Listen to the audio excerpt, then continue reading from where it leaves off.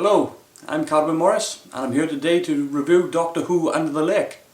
Let's not waste any more time, let's talk about the good, the bad, the things I liked, the things I didn't. Let's review Doctor Who.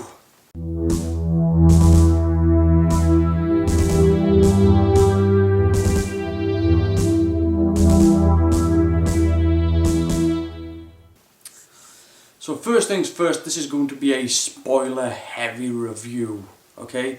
So if you haven't seen the episode and you don't want to be spoiled, don't watch this review because I'm going to be talking about the episode. So with that being said, let's get right into it. This episode was written by Toby Whitehouse, who previously, he has written for Doctor Who before, but he's mainly known for writing a British series called Hotel Babylon.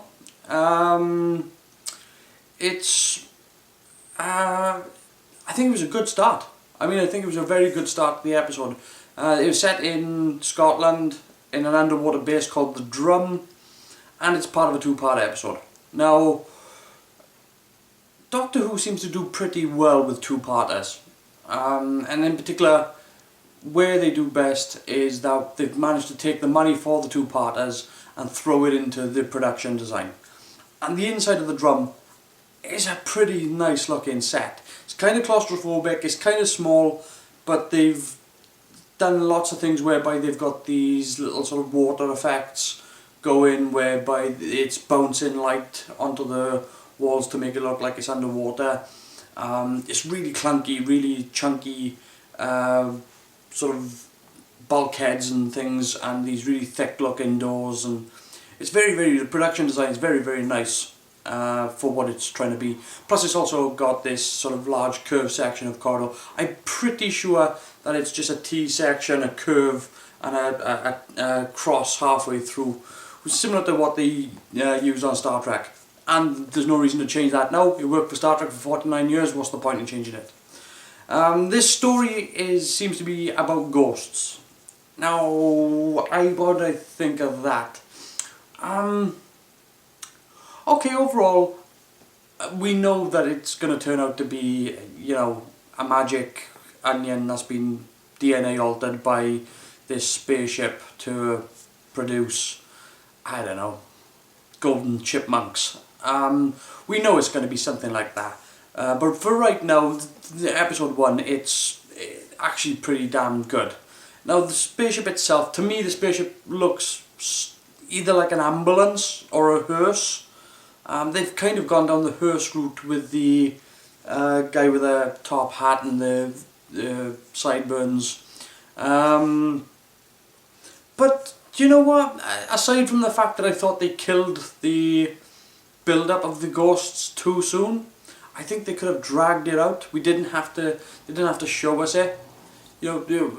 Scares are normally built by the anticipation as opposed to just outright seeing it. The first shot where the guy's closing the case and you get this brief glimpse of a ghost and he turns around and it's gone. It's like, oh, okay, this is where they're heading. I'm into this. I'm really into this. But it's quickly killed by the fact that they just sort of show you the ghost and it's like, oh, no, it's a ghost. I was like, you really shouldn't have done that. If you hadn't have shown it to us, then we would have built on it. Yeah, it would have been terrifying, but it would have been psychologically terrifying. It wouldn't have actually been, boo scary, which I think is what they went for. A little bit misplaced, but I'm kind of happy that they're not messing around and they're just sort of getting straight into it.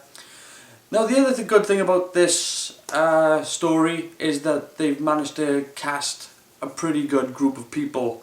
First of all, they put in Colin McFarlane, who most people will probably know from Batman Begins or The Dark Knight, he played the Commissioner there.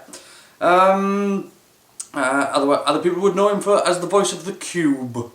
But no, I like him. He's a good actor. He's a good, solid, all-round performer. And here he gets to just stand around and pretend to be a ghost. So I'm kind of interested to see where this story goes. Now, last week I said I was going to hold off on my thoughts on the Doctor's sonic glasses. I'm still reserving judgment on that because I'm in two minds. And the reason why I'm in two minds is because earlier this year I went to Hong Kong. And when I came back from Hong Kong, I brought my son a present. And what I brought him was a pair of sunglasses. And to everyone else, they are a normal, ordinary pair of sunglasses. But actually, they are a 1920 by 1080 HD camera. That's why I'm reserving judgment, because I know you can fit a lot of good tech into a pair of sunglasses. I've even got a video of me testing them out, so I know how good and quality the tech is as well. The only thing I would say about that is I wish that when he activated the sunglasses that it would do something, you know, that the lenses would change colour, you know, they would go to like a red filter or a green filter, or, you know, or they would glow, or there's many things, you know, they could do something with the frames where you know, they've just cast a new set of sunglasses and just illuminate the frame. That's me getting off on one, but me personally, I would prefer them to actually do something and not just look like an ordinary pair of shades, particularly when they run in. But I'm still got to hold off on the tech on it because I know you can fit a lot of tech into a pair of sunglasses. So I'm still holding off judgment on that. I'm a little bit, you know, it can go either way. It can either go, right then, I think these are brilliant, or I'm just going to go, no, these are crap.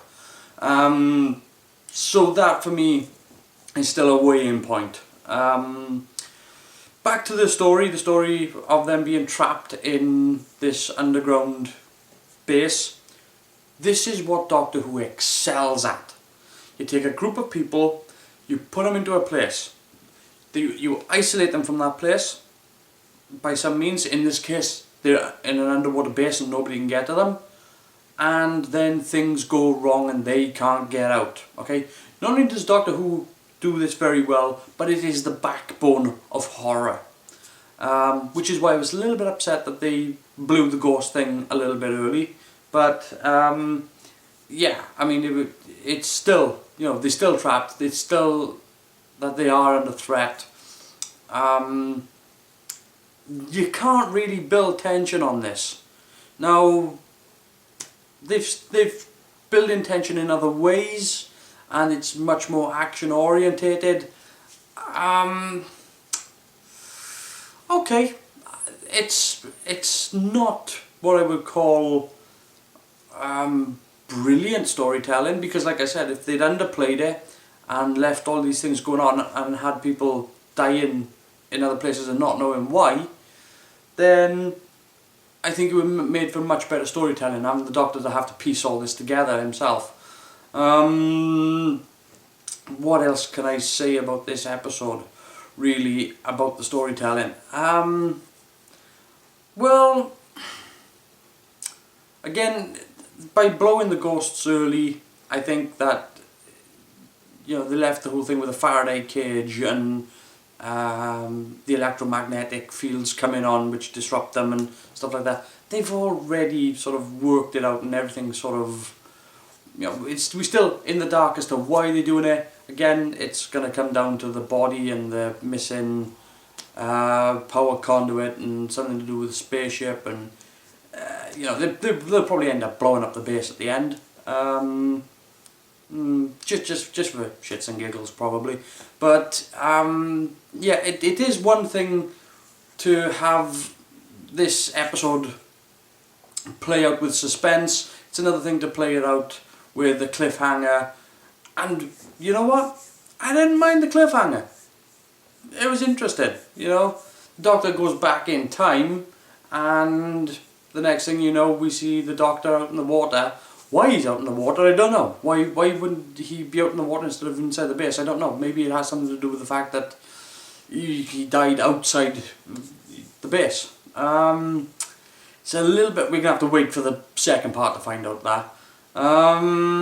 So, what do I think of the episode overall? Well, at least the Doctor was taking point on this. And they were trying different things. Like, for example, at least they acknowledged that there are people in the world who are disabled or deaf, and they've actually thrown that in. And I like the fact that it's in the future and they still acknowledge that there are people in the future who are still going to have disabilities.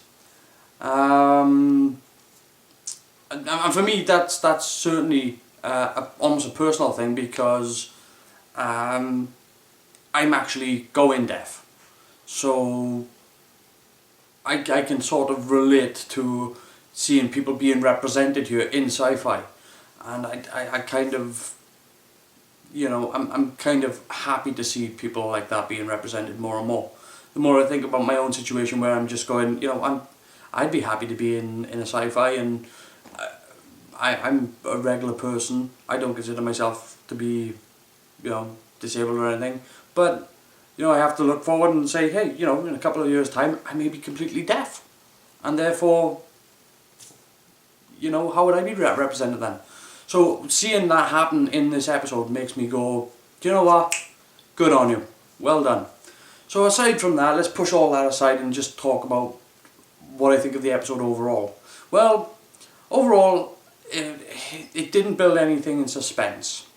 It didn't create any sort of action beat that left you thinking that they were in any sort of danger.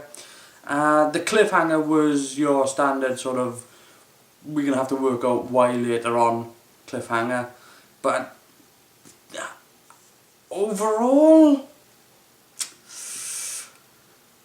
I'll give it a 7 out of 10. And that's me being generous. I think it is a 7 out of 10.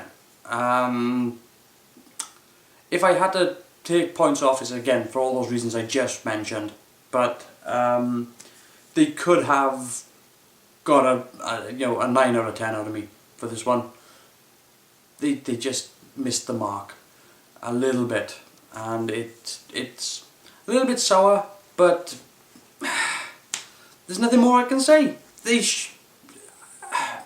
didn't screw the pooch on this one, but they haven't excelled. They are trying, and you can clearly see from, like I said, the production designs, the set designs.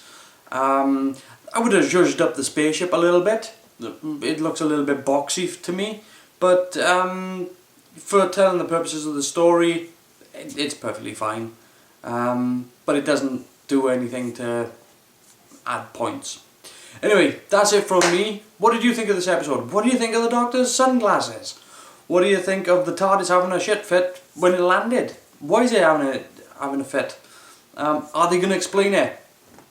You know, these are things that they will probably never ever explain.